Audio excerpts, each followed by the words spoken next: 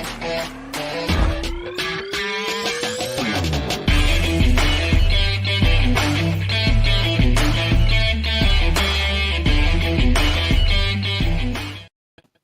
up, Hannah? Hey! How's it going? It's good. Good to see you again. You as well. It's lovely to see you again as blah, can't talk. Starting off real strong. Happy Thursday, everyone. We're the pickup line where we have candid conversations about sex, love, relationships. And while we're not professionals, we hope you learned something or at least have a little fun while you're here.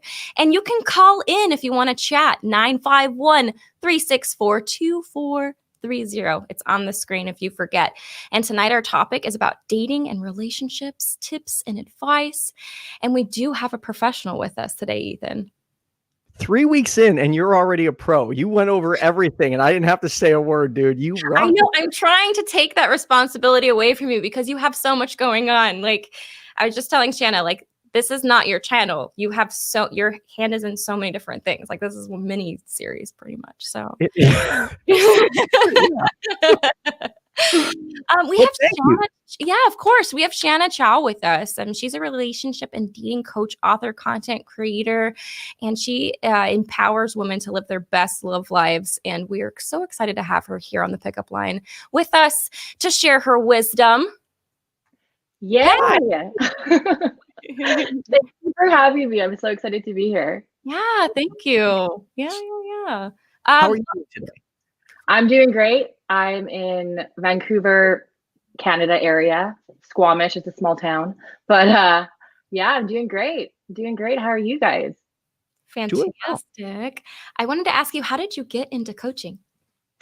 I got into coaching, well, it's a long story. I have my degree in social sciences. And then after university, I got a job in government working with women that were fleeing domestic abuse. And I did that for about 4 years in social services. And from doing that, I really want to help women, but in government, there's legislation, you can only do so much.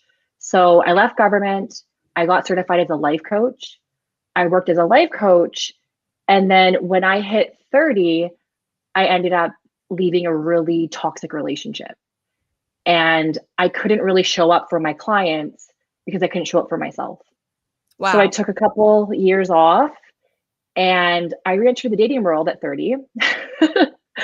And it was very, very challenging, a lot of different stories. We can go over that if you want. But I realized a lot of things I wasn't doing in my love life and a lot of the lessons I learned through my dating approach. So when I restarted my business a couple of years ago, I changed it from life coaching to empowering and helping women within their relationship and dating lives. That's where I am right now. I love it. That's awesome. Yeah. Thank you. Yeah. So that's wild. Do you have a lot of clients during COVID still? How is that working? I mean, can people even date during COVID? People can date. Yeah, people can date. So it's been challenging to say the least in terms of people being comfortable with dating with COVID. You know, some people are like, no, not for me. I'm not doing it. I'm not going out. I'm not meeting people. And that's okay. Everyone's subjective. It depends what area you live in, right? Like I work with people around the world globally. So some cities are different than others, right? Some states, some countries are different, right? There's a lot more, what I've realized, relationship conflicts per se. Couples fighting a little bit more, especially both working from home, especially both working from home with children. That's a huge thing. Yeah. But with COVID and dating, there's many different thoughts on it. But the main thing is basically online dating is where a lot of people have gone to, right? Of course. Do you have to adjust your advice based on like if someone's from a country you're not familiar with, like, or do you still give the same advice, or do you have to learn any of their customs more, or what's that like? So it depends. Like, for example, like online dating, like apps and whatnot, right? Like Tinder is the #1 app in the world, the biggest app in the world. So most countries, especially, places in Asia, they'll use Tinder where, that might not be the best approach and so forth, right? So different cultural differences for sure, but the majority of people I work with usually are more in touch with like the North American customs and so forth, because you know, I don't know customs in like Middle Eastern or things like that, right? I can't give you advice that I don't know about. Yeah. That can vary a lot. Yeah, it can vary a lot. For Is sure. Tinder really just a hookup app, or can you legitimately meet people on it, at least from your experience? So Tinder, the demographic in Tinder. So I always ask people when I do, you know, a strategy session with them, I'm like, what apps are you on? And women will be like, well, I'm on Tinder. I'm like, all right, and how old are you? And they're like, oh, you know, I'm 30. I'm like, okay. The demographic for Tinder is usually between the ages of 18 to 24. So that is predominantly, you know, I'm not saying there's not older people on there, people past that age, but that's the majority of the people that use that app. It's known for being, you know, a hookup app. In saying that, people find love on every app, right? But if you're going to approach dating with the best app for what you actually intend to get. So if you want, you know, a committed relationship, then go on an app that's going to have people that are a little bit more serious, right? Yeah. Yeah. Tinder shocked me. It was the first app I went on after my wife and I had, you know, separated. And Yeah. one of the first messages I got was from a woman, and it said, "Do you want to play Netflix and choke?" And I was like, that was my first interaction on Twitter. I was Really? like, well, hi, maybe introduce yourself first. So yeah, maybe Oh my I gosh. am on the wrong dating app, because I love typically, like, I'm not really the hookup type anymore. But Yeah, anymore. I love it when people are straightforward with their intentions, though. Me too. Yeah, give her props to that for, you know, putting herself out there. My best friend, well, okay, I'm not naming her, so no one can get mad at me, but she married her Tinder match. And they're so cute. They have a baby and everything. They've been married for a while now. Yeah. So it can happen. It can. People can find love on any app, but from my experience working with clients with dating apps online, I always find that, you know, it's the apps you pay for usually that have more serious people, which makes sense. Match, eHarmony, OkCupid usually have people that are a little bit more serious that want the committed relationships. But like I said, every app you can find love, right? So I know you said you specialize, you know, primarily in women, but here's what I'm wondering. What would be the best app for someone like me, where I'm not necessarily looking for a hookup, but I'm also not the type of someone where I meet somebody and I'm like, yeah, I need to have a kid within a year and within 2. Like, I'm a chill dude. I don't want to rush into something. What for dating? casual dating? Yeah. For casual dating, I'd probably say Hinge or Bumble. Okay. You can have people that, you know, want commitment on there too, but you can also have a little more of a casual feel. Hinge is a really photo forward app. So with that, you want to make sure your pictures are really primed. Where other apps like OkCupid or eHarmony Match, you have longer availability to write up. So to really say what you're looking for, right? Where Hinge, I believe last time I was using Hinge with a client, yeah, you just have like the little blurbs that you write and people can comment on them, right? Yeah.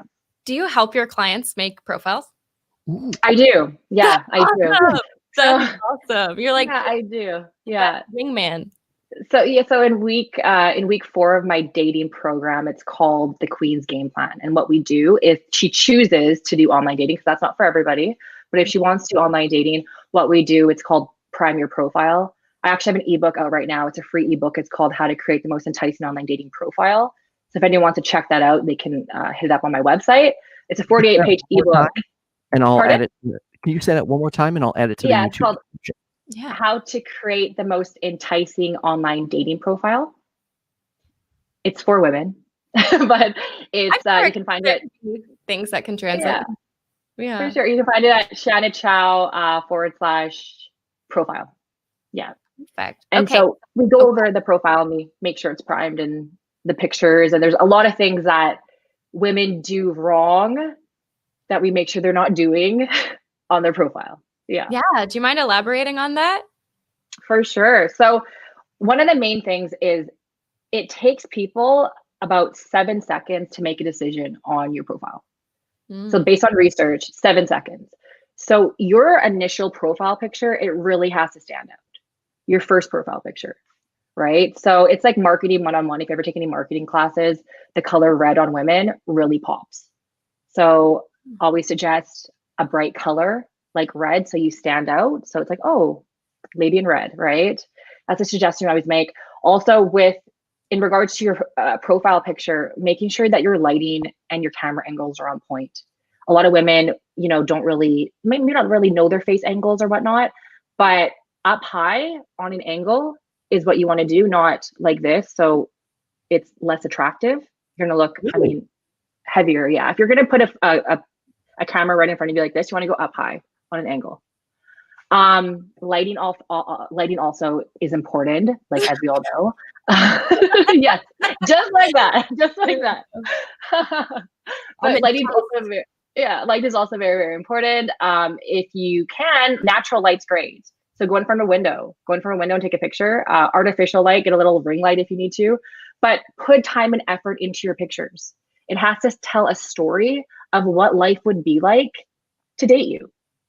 And it has to look beautiful, like every woman is. So you want to put effort into the pictures, right? Also, there's so many do's and don'ts. We can go over those if you want to. So, I like your don't. I want to hear both, but I have a question. Yeah. Now that you point that out, all of my photos, like my personality, are ridiculous. So I guess that's an interesting point, because that would lead them to believe that hanging out with me can be ridiculous. Well, you know what? Like, I always say that dating, it's not about pretending to be something that you're not. It's not about projecting a false image or pretending to be, super confident when, you are who you are. You want to project who you are in the best light possible. So if you're Ethan and you own your shit, just make sure the pictures aren't super bad lit and doesn't showcase your best qualities, right?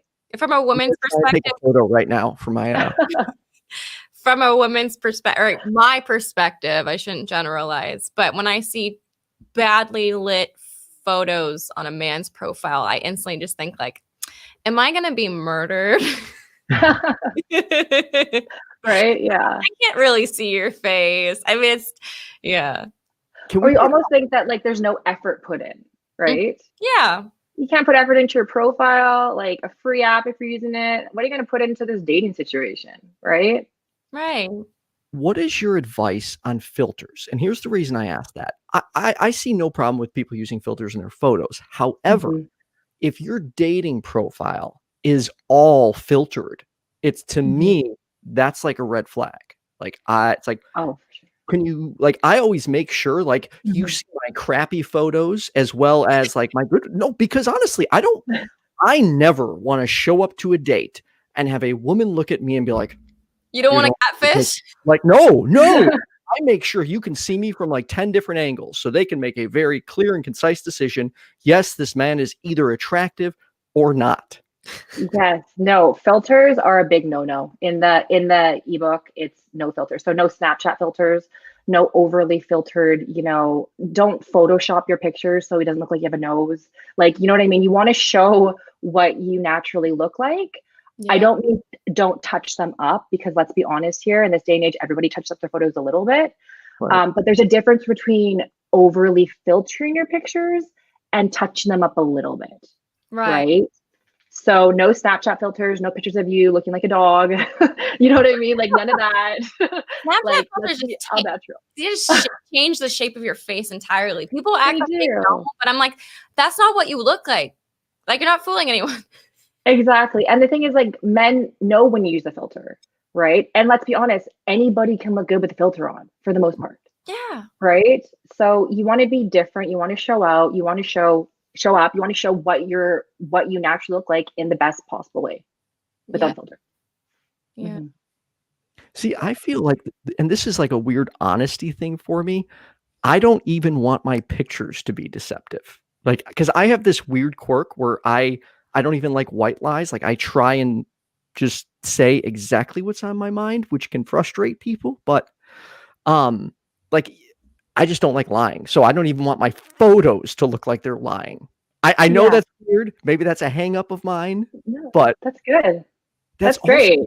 What I look for in relationships, though. Like, for instance, like my closest friends and my ex, they were the most blunt people with me. Like, hey, do I look like shit? Yes. That outfit's dumb on you. Like that's what I want. I don't need someone, oh, you're so amazing. You're so great. You're so this. Like, I need to know I can count on you to not like buff my ego and tell me when I'm being a jackass or an idiot.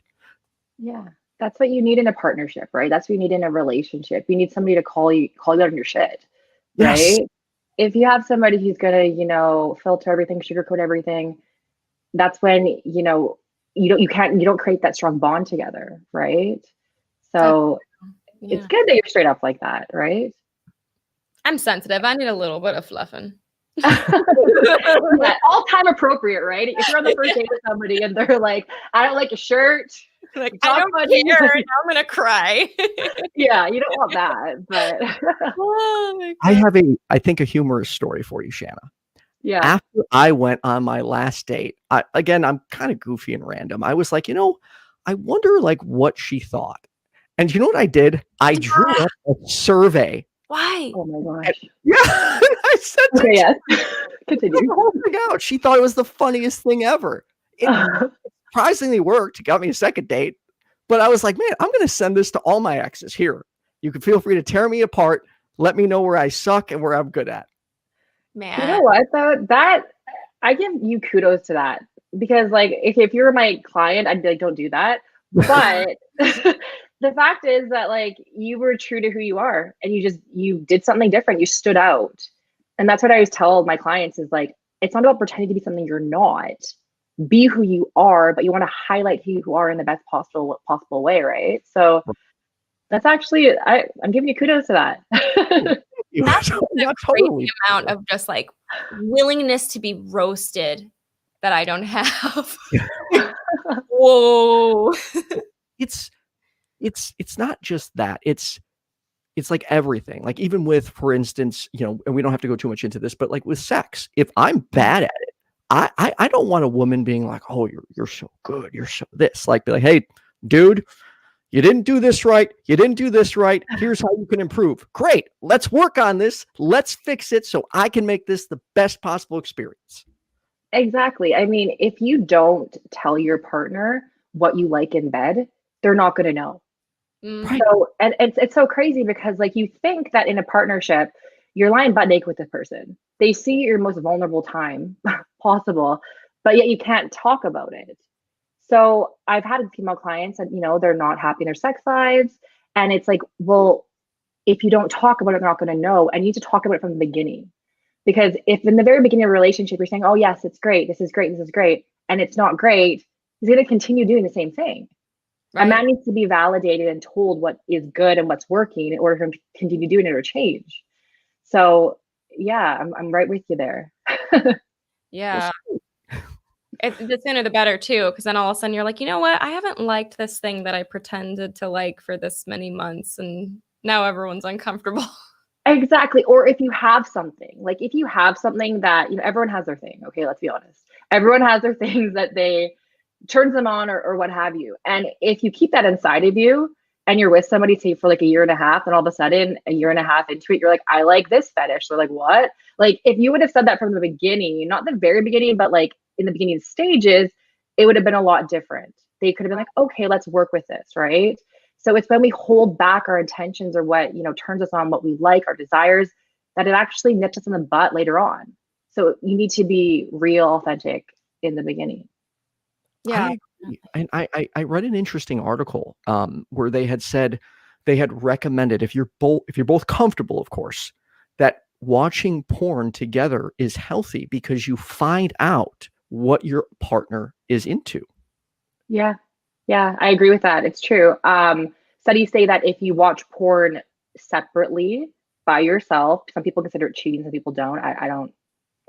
It's subjective, but if you watch it separately, that it decreases obviously your sex drive. But if you watch it together, it can actually increase. Right. That's good. Did you really just highlight what my partner just put there because it's terrible? I'm sorry, that's actually really funny. But how do you wear the giant? That's my part. You have those extra holes in there.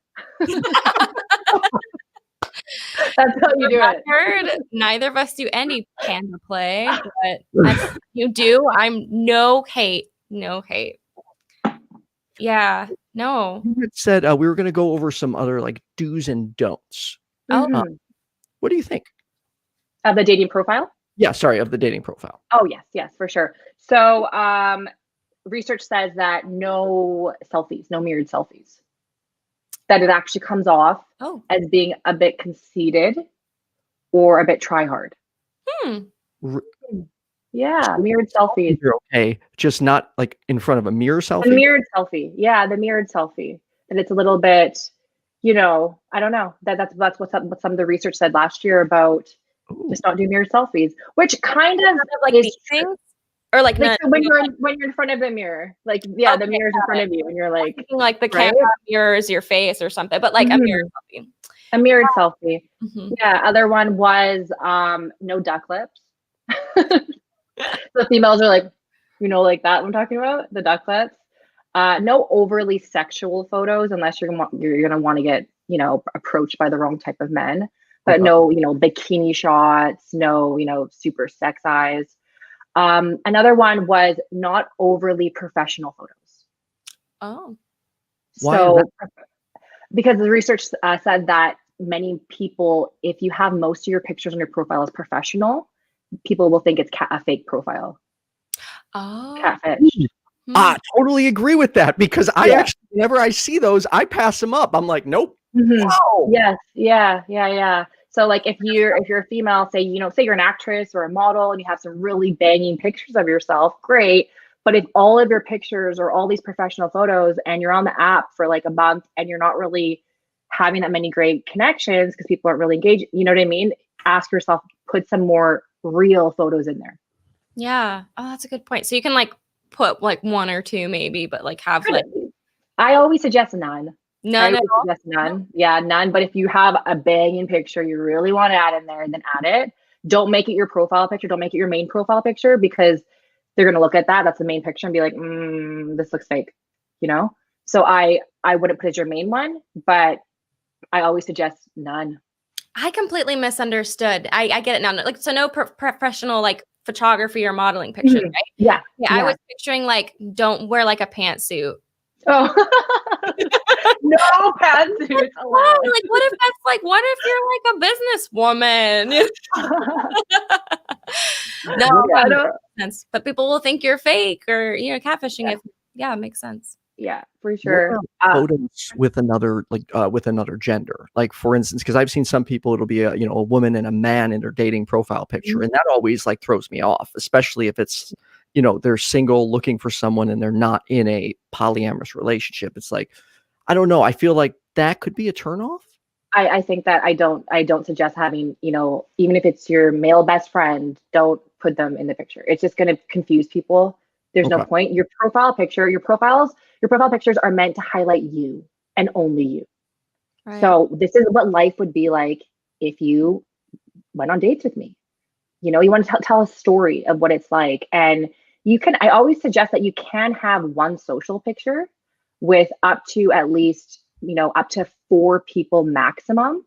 If you want to showcase like a social picture of you and your girlfriends or you and, a guy friend or a cousin or whatever, but make sure that you look the best in the picture and that, it doesn't assume that you were like in a relationship with somebody or that's your ex-boyfriend or something. So you can show a social picture. Say you did a crazy, you hiked Mount Everest or whatever, and you have some crazy picture. Cool. Add that. Right. If you want to add a social picture, but always make sure that you're in every single photo. So every photo, you need to be in every single one showing your face. Okay. Guys are going to hit you up and be like, which one are you? Okay. But is your friend single? Exactly. So like, let's be real. Pardon? I've heard of that happening. Oh, I thought you said you had it happen. I was like, seriously? Oh, no. I've had friends, I'm not single anymore. So I just get to hear the horror stories still. So. But I'm thinking about all the mistakes I made when I did have dating profiles. And I'm like, ooh, Shana would have told me, no. Another one is, so have you ever been to like an event or something and you looked amazing? Like your outfit was on point, your makeup was done. You're like, I look good that night.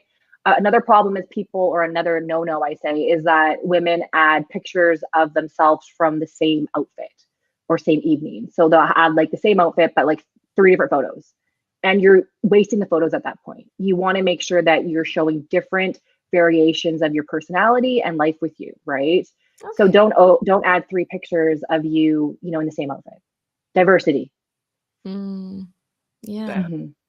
That's a good point. Like I also do the same thing. Like I'll have different outfits on, like to make sure, like I'll have my raggedy stuff or I'm laying on the couch. Like, I don't know. I try and do like every photo possible. Here's how I look at pajamas. Here's how I look at my like I do a little bit of everything. Yeah. Yeah. That's awesome. Yeah. Diversity and get somebody to take your photos, right? Like we live in a day and age where you don't have to do all selfies, right? Like get a friend to take your photos. It's not hard to get a couple good shots here and there, right? Put some effort into it. Yeah. And also don't underestimate the good old self timer. Yes. Oh, yes, the self timer. Yes. Yeah. I'm in IT and I still don't know how to use the timer on my phone for taking pictures. Yeah, I got to work on it. Go ahead. No, please. I was gonna say, so many people are asking, what about this? What about this in the chat? And I'm like, oh my God, call and we can critique your dating profile. Read us the bio. If you have any questions, you can either call us or tag me. And towards the end of the show, I'll go through, scroll, and look at all the questions. Just like I said, make sure you tag me so I'll see it when I scroll through. I wanted to jump back to dating in COVID. Do you have any recommendations on how to, like, a first date with someone that, for instance, doesn't necessarily want to meet up because they want to stay home and be, you know, more responsible? Any suggestions? I always suggest, actually, even before COVID, that if you're going to meet somebody online and you're going to meet them in person, have a phone call with them or do a Zoom date. And people think that's so weird in this day and age. They're like, what? You talk on the phone? I'm like, yeah, you have to talk on the phone. Because if you're going to actually invest your time and energy into meeting somebody in person, you might as well see if they're worth your time. So do a quick phone call or do a Zoom date and then go on the first date, right? And if you're going on the first date in terms of COVID times, it's subjective to everybody, right? Have the conversation, like, what's your thoughts on COVID? How do you feel about COVID? Blah, blah, blah. And if they're like, oh, I'm really, scared and this, then maybe that doesn't align with your values and what you want. But if you're going to go on a COVID date, depending on what city you live in, wear the masks, do the protocols, and go from there. I've had clients that are like, okay, well, like, I'm really scared about this. What should I do? It's like, you guys can both get tested if you want to, right? You can get tested and you can go from there. So everything's subjective. Some people don't believe in the mask. Some people are really extreme. So it's so different to really give a cookie cutter all approach for everyone. But it's really about just having the conversations with people that you're dating, if, what their thoughts are, how they feel about it, and going from there. I had a dating scare when I went out with someone, and then the next day she informed me that she had just tested positive for COVID, and we had kissed, and I was like, "Oh, you got to be kidding! Like, you couldn't have warned me beforehand." Yeah. Fortunately, I did quarantine for the full 14 days, but I never tested positive. So. Okay. Well, at least she told you, right? Like, that's true. Yeah. So yeah, it's a different time with dating, but nonetheless, people can still date, right? You can still date, not just online dating. I've had the question before, like, how do you meet people off of the apps during this time? And I like to give like about 4 different approaches for that, but you don't have to use apps. It's just right now, it's the biggest pool of single people that you can possibly get into. You know what I mean? Like, it's a valuable resource right in front of you, and you can do other approaches, but you're putting a lot of, variables on the table when you do that, right? I always like to give the analogy of like a vegan. Like, if you're a vegan and you go to a brand new city and you only, you're a vegan, you decide to go to an Italian restaurant. Like, maybe I'll get full there. Maybe I'll find a meal there. So you go there, you look at the menu, and you find a side salad. Like, okay, I can kind of eat. It's the same with doing other approaches, right? You're like, okay, maybe these people are single. Maybe they're not. Maybe they are. With online dating, everyone's single. Maybe there might be a couple unauthentic people on there, and that sucks. But there's unauthentic people in the world in general, right? So that's my approach. I'm a little bit more for online dating, as you can tell, because I know I've seen success with my clients. But some people just don't like it, and that's okay as well. Yeah. Yeah, no. Yeah, the hard thing for me is I have a hard time okay, I have so many thoughts going on in my head because you were talking about having a phone call before you go on a date with someone, and I wish I had heard that advice back when I was dating, for the sake of I have to kind of know someone's mannerisms and charisma to even know if I am attracted to them. I cannot tell by a picture. I cannot tell by words on a screen. That would have been great. I've shown up to so many dates where, you know, I thought I was super into a dude, and then I meet him and I'm like, it's just not, I don't know, not what I was expecting. But I was in a long distance relationship for about a year and a half. Ooh. And I feel like, I don't know, I'm super pro long distance or like online connections with people. I mean, we did Skype, we did talk on the phone, so we knew that charisma and chemistry was there. But I mean, if you don't even want to meet up with someone and you're just lonely, you can still have companionship and chit and chat. You don't have to meet up yet. For sure. Yeah. Yeah, for sure. If you're looking for a committed relationship, like one of the worst things we do is what I call dating, what it's known, it's dating burnout. And a good way to get dating burnout is to go on dates and not do the phone call before. And just, you know, you get all done up, as women especially. We do our hair and makeup, we pick our dating outfit, we kind of like rehearse maybe a little bit in our mind about what we're going to talk about, and then we go there and we're like, oh my god, there's no chemistry. Like, oh my god, like the worst, like this is really bad communication. Like, how are you today? It's just awkward, and it's not, it doesn't flow. And a good way to not necessarily waste your time, that's the wrong word, but a good way not to get discouraged quickly is to do the phone call before. What about the mentality going into dates? Now, to give you an example, a lot of my friends have spoken horribly about the dating scene and how difficult it is and how much they're struggling. And I have gone on a lot of dates in the past, like 8 months. I have not had a single bad one. Is it because I'm going into it expecting nothing more than friends? Like, I look at it as, okay, hey, worst case scenario, I walk out meeting a new person and have a good time. So I don't really feel as pressured or anxious going into it, which to me usually makes the date more fun. And even with the people who are like, yeah, you know, we probably wouldn't date, but dude, let's keep hanging out. Like, that's been pretty successful for me. Like, I've made some awesome friends just by going on dates. Yeah, it's in your mindset for sure. Like a lot of women I work with, you know, they're maybe around the age from like, depends, but I work with all women, but the age of like late 20s to early 30s, a lot of women, you know, they feel this pressure of their biological clock, and they want to find their husband, they want to have children, and they get very, very laser focused, right? And so they go into the dating scene, and, you know, it's like they want to find the one so bad.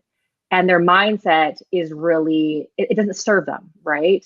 It's like when you reach for like if you put your hand in sand, for example, you grab sand and you hold on to it, it's going to come coming out all out your palm, right? It's the same with dating. If you go into dating being like, this is the one, this is the date, you take it so seriously, you're going to get let down, right? So your mindset, Ethan, of you going into dates being like, all right, see where this goes, that's the mindset that everybody should have. The mindset of just having fun with it, seeing what happens. This person could be your number one, or the next person might be.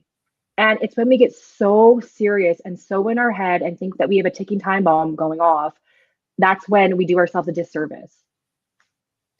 And that brings up an interesting point, because I often wonder if it's not just, if it's the societal pressure put on women to have children, if that's the reason at times they go into it, you know, with this, I have to, you know, have a kid or be married within this certain time. Like, I find that, and I'm not a woman, I can't speak for women, I'm not going to attempt to by any means. All I think is that if we stopped putting these marital and like child pressures on people at such a young age, that would remove a lot of stress from from dating and relationships. Yeah, for sure. I mean, like, what, like 30 plus years ago, it was normal for women to be married when they were like, 21, 22, 23, 24. Now that's like, it's normal for a woman to have a child when she's, 35. That was like not normal, 40 years ago, right? So it does change, it does shift, but honestly, us as women, we do have a biological clock. We do. And we do want to have children. We do, we can't have children after a certain age. We can in terms of like in vitro and other measures. But if you want to have it the old fashioned way, we do have a time. In saying that, it doesn't mean we should be settling, right? It doesn't mean that we should be trying to make things work or not notice red flags or, attract people that aren't desirable just to have children. The worst thing we can possibly do is have children with the wrong person and then be connected to them for the rest of our lives. Like, right? So a lot of women I work with that are really laser focused on finding the husband, it's always like right off the get-go, we're deleting the apps, we're doing nothing, we're working on your mindset for the first 4 weeks. Yeah, no, that's amazing. Also, do it for the children. Don't subject your children to a marriage that's not going to work. No, I mean, like children of divorce, like, it's not the end of the world, but if you, come on, don't do that to your kids. So I know, like, people, unfortunately, like, if you ever make a comment about raising children and you don't have kids, they're immediately like, you don't have kids, you can't comment. But I think I can comment based on my own experience growing up in a specific situation.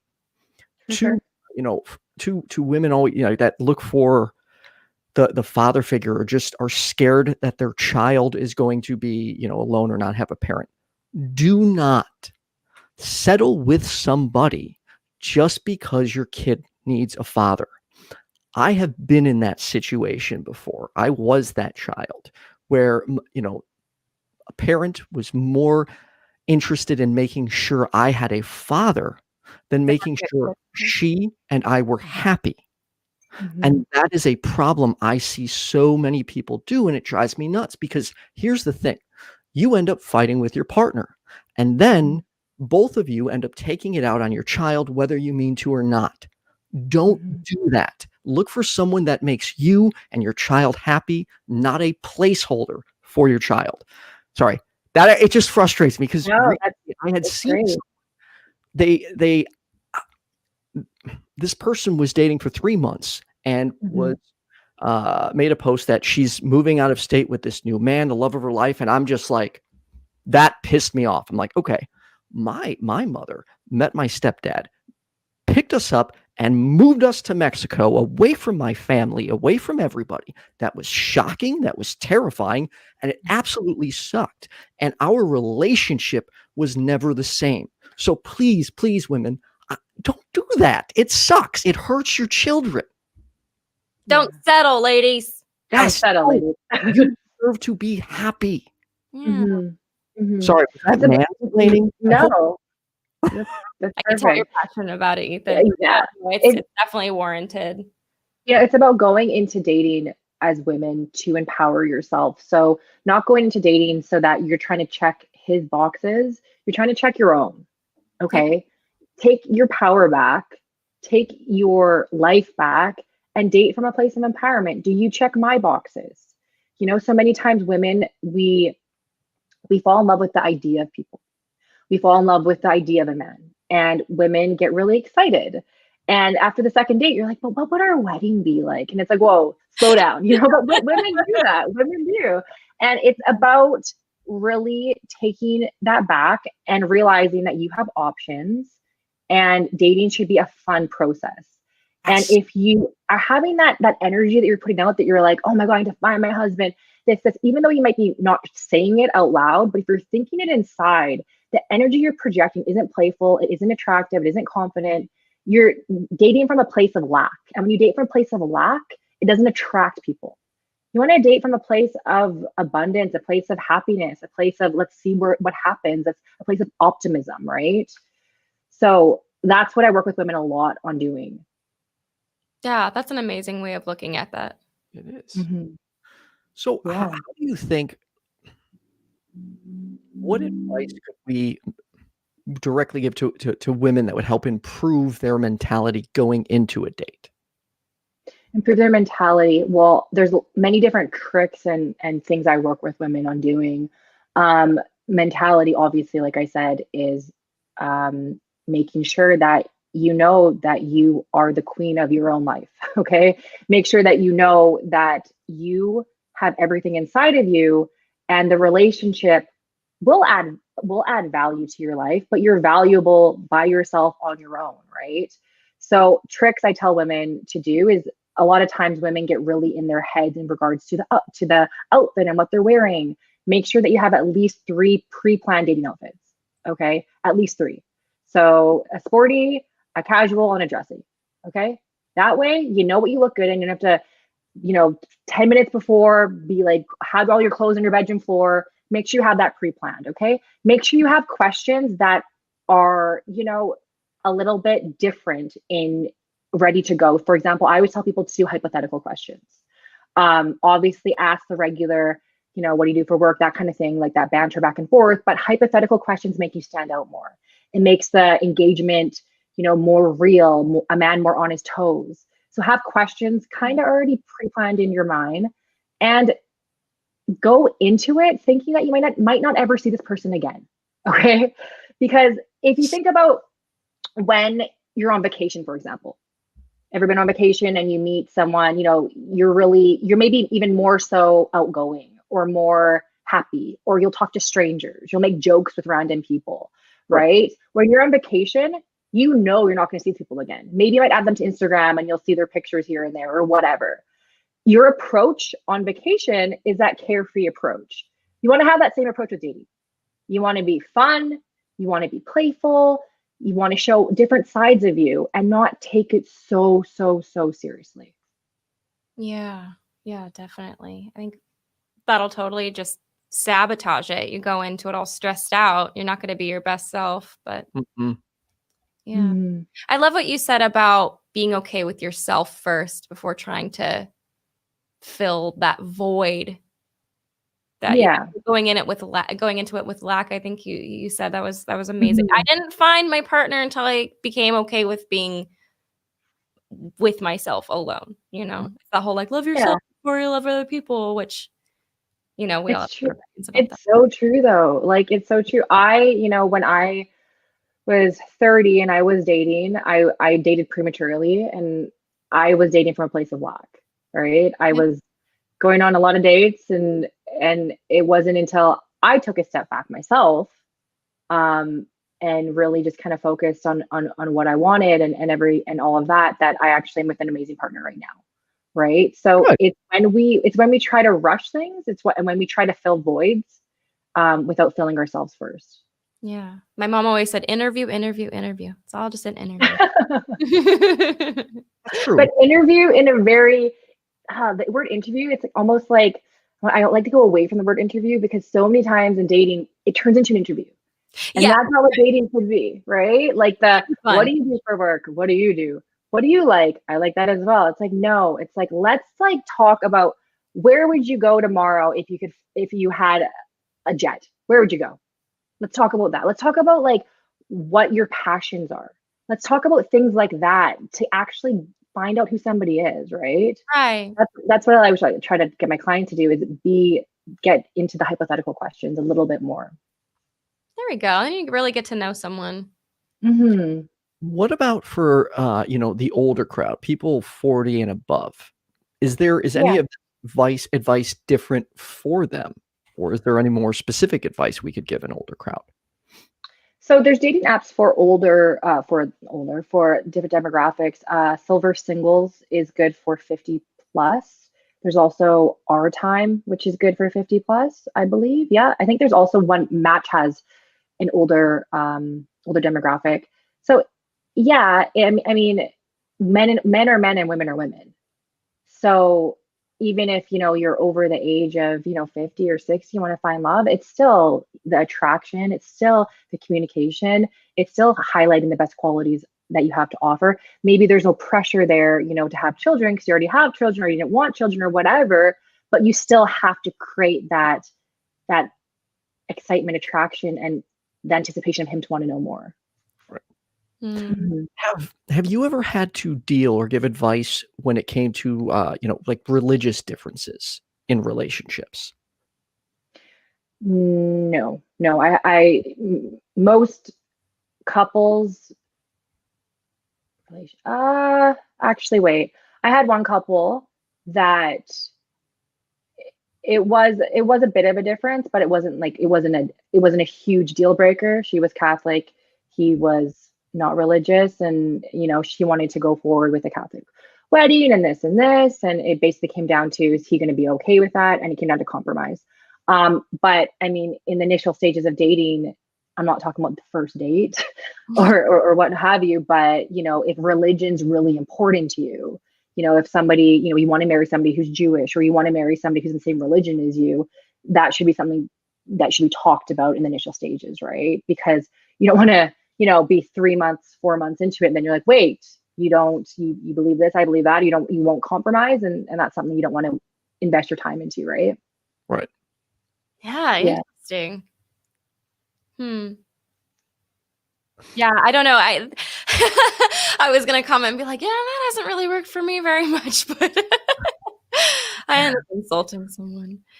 So I will say this, for me, it's actually been incredibly hard finding people who share my beliefs when I go on dates. Like, it's been nearly impossible to find a like-minded person to go out with. I know. Yeah. That's why, what is it? Dr. Del Rey. Oh man, I wish I could remember the name of the dating website that he suggested for you to find agnostic something. Secular people to date. I know. Don't go on Christian Mingle and troll more Christian girls just trying to find a husband. Okay, so leave them be. I did for a joke, and then I immediately, within 5 minutes, took it down because I felt really bad. Good. I went on Christian Mingle, and I put my profile as non-denominational atheist. I was like laughing my ass off, but then after 5 minutes, I'm like, people take this seriously. I'm being a dick. And so I took my profile down. I don't know. Maybe they just want a bad boy or something. They see a profile and like, oh my goodness. That's actually a good point. I'm just saying. But I'm not really a bad boy, so. But I guess by their standard in their mind, it could be. That's when there we go. So you said that you should have a phone call or a FaceTime before you go out on the initial date. Leading up to that, when you're texting and having that back and forth. Yeah. Yeah. Do's and don'ts of that. Of texting? Yeah. Just like having that. Yeah. Because there can be so much miscommunication and people on sarcasm, For sure. So I did a YouTube video, I think like a month ago, about texting tricks. Texting, so many things can get taken out of context with texting. But the thing is, in this day and age, everybody texts. Like everybody prefers texting and not, phone calls, not Zoom dates and all of that. So texting things you should be doing when you're dating. Obviously, always asking open-ended questions. A good way to continue the conversation is always ask questions. If you just put a question like, great, period. Like, no. I mean, a lot of people are really bad with texting, and I get that, but always ask questions. So if you struggle with texting and you're not good with the communication, keep on asking questions. Always ask questions. Another thing is add emojis. And some people are like, of course I use add emojis, but some people don't add emojis.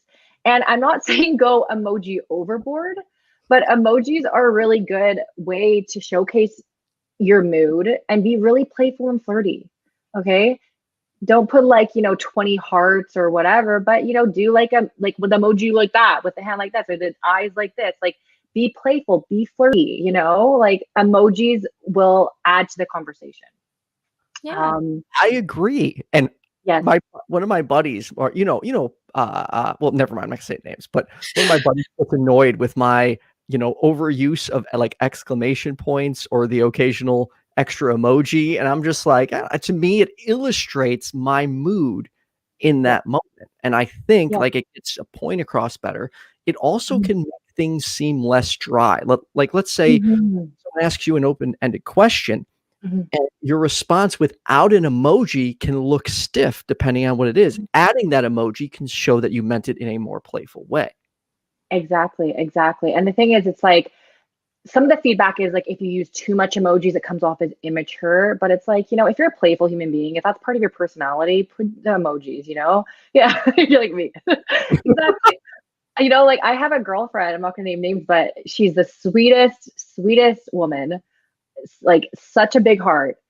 But her text game is so bad. Like I'll be like, hey, I'm coming to your place. I'm outside almost. Like, how, like, do you want me to grab a bottle of wine? And she writes back K with a period. I'm like, are you mad at me? yeah. You immediately think that she's mad at you. But I go see her. She's like, hey girl. I'm like, hey. So it's like sometimes think that like the emojis, sometimes you don't know how somebody actually is. So add emojis so people's brains don't think you're, hostile, mean, and not a friendly person. Another thing with texting is some people are really not confident to do this, but I suggest doing this, especially during COVID times, is send a voice note. Dude, that was my next question.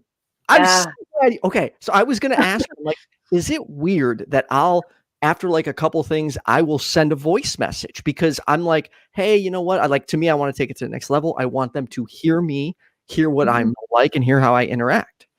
Yeah. I think it shows confidence.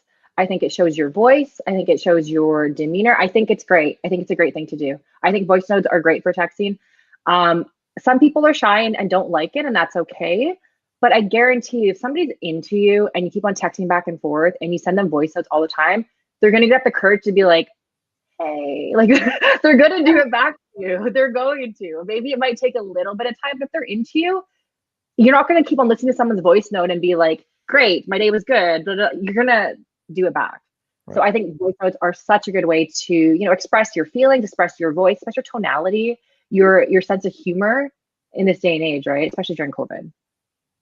Yeah. Oh, it's fantastic. For me, it's an exciting conversation because it's just bringing up all these things in my head that I'm like, I've always wondered this and this and this. Yeah. So one of the things I do, because I am obviously a very public atheist YouTuber, before like the conversation like escalates to a phone conversation, I will say, hey, here's my Facebook profile. Here is my YouTube. I think it's important that you know this before you decide whether you want to talk to me or not. Yeah. That's great. You put it out there. I mean, you're confident to put yourself out there. That's amazing. And let's be honest, this day and age, people creep all the time. Like, if a girl finds your profile and somehow figures out your last name, she'll be looking you up on Facebook, Instagram, LinkedIn, and all that already. That's true. Will be doing that, right? So I always tell my clients as well, if you're going to do the online route, you need to prime your profiles online too. Okay. You need your your Facebook and your Instagram. If you have pictures of your ex on there or pictures, of you, chugging a 2-6 back in your freshman year or whatever it is, like change that up, right? You want to present yourself the best way you possibly can. So yeah, that's great that you're just like confident to put yourself out there like that, even. Yeah. I'm not too crazy. I want to call out my partner just because it's funny and adorable. He had already looked at my Facebook before asking me for my Facebook. Like he's like, oh, so like, can I find you on Facebook? And later confessed that he's like, yeah, I already had seen your Facebook. I just wanted to be able to talk to you more. Good thing my Facebook was looking good. That doesn't surprise me though, because with the amount of research he does, of course, he's also going to research his potential partners. Exactly. Yeah, you want full FBI looking for me. It's kind of like in this day and age, it's kind of like you should be doing that a little bit though, right? Like you have the resources available. Like if you're really into somebody, you want to make sure that they are who they say they are. And like, don't have a relationship already, because that can happen. Don't be married with 5 kids. Right? Oh my God. Yeah. So we only have a couple minutes left. Is there anything else you'd like to leave the audience with? Any other advice or anything we didn't cover? just for women out there, that if you're frustrated and overwhelmed with dating, if you're doing the same thing over and over again, not getting the results, and if you're in that mindset where you think that there's no good guys out there, that dating apps suck, you're going to be single forever, my suggestion and my advice to you would be to take a break off the dating apps. And if you want to, book a strategy session with me to talk about your dating approach, because love will happen if you're ready to take action in your love life and change things up. So many times we do the same thing over and over again. Like Albert Einstein says, the definition of insanity is doing the same thing over and over again, expecting different results, right? So getting out of your comfort zone and changing what you're doing right now is going to serve you for what you want in your future. Yeah, that's beautiful. Thank you. And where can we find you? You can find me at my website at shanachow.com, or Instagram, it's just Shana_Chow, or YouTube, which is Shana Chow. Basically, Shana Chow everywhere. So yeah. Perfect. Well, I appreciate you taking the time to do your first ever live YouTube stream. Oh, thank you for having me, you guys. Thank you so much. Yeah, no, it's been a pleasure. And I feel like I learned a little bit. I mean, I'm not single, but still I'm like, I'm going to keep this in mind, and also like roast my past self for all of the mistakes that I know that I now made. And there's always room for self-improvement, right? Oh, absolutely. You're in a relationship. I learned that I'm not as bad as I thought I am at dating. Why are you single, Ethan? I constantly rip on myself on Facebook, and I'll put like reason number 1 why I'm bad at dating, like just goofy shit. And I'm like, okay, maybe I'm not as bad as I thought at it. I just realized it's kind of like I was saying, I'm going to keep this in mind for when I'm single again. Babe, that's not what I meant. I'm single because I'm picky, and I don't jump into things. Like I will take my fucking sweet ass time. I was already married once. There's no need for me to rush into something. Like I've noticed some people will meet someone and a month later they're in a relationship. That will not happen, because to me, like, I don't like my emotions to rule my judgment. And when you just rush into something, all you're doing is letting your emotions dictate. You're letting that, like a honeymoon phase that you think is love, that perfect, that relationship is perfect, and you rush into it. And I won't let my emotions dictate that. Yeah, I think it's when you have the intention. So if you have the intention that you want to find love, you're going to be looking for love. But if you're the intention that you want to casually date, then casually date, right? It's what we want. And if we can manifest what we want into our actions, we're going to get it, right? So, yeah. Before we go, Hanna, I need you to vamp for like 1 minute so I can pull up a list of something real quick of our patrons. Okay, so let me think. Okay, let's talk about Hanna when she was dating back when she was doing Tinder. I'm just going to tell a weird, funny story real quick, and I hope we've lost contact, so I hope he never sees this. Okay, so I was doing the Tinder thing, and like we said, Tinder is kind of just like a hookup thing. So I was doing the whole hookup thing with this one guy, kind of my booty call, and he leaves my house at like 4 a.m. To go to work because he had one of those jobs where he'd start really early. And he decided, he got off work at 6. Like they only needed him for a couple hours. He decided to come back to my house. And my bedroom window was facing the street, so it was accessible from the front yard. So I wake up to my booty call knocking on my bedroom window right next to where my head was. And I wake up like, and he's like, hey, can I come back in? I got off work. And I was like, oh my gosh. No, I'm not. Actually, I did end up letting him in, and he stayed like the whole day, and it was terrible. Wow. So that's probably the worst experience I ever had from Tinder. And that's probably not that bad compared, but there you go. Was that enough vamping for you? Yeah, that was perfect. So let me thank my top tier patrons real quick. Jonathan Friedel, Mercy Faye, Cindy Plaza, Kenneth Leonard, Kathy Letto, Ian Davenport, Best Name Ever, and the Blazing Wizard Pope.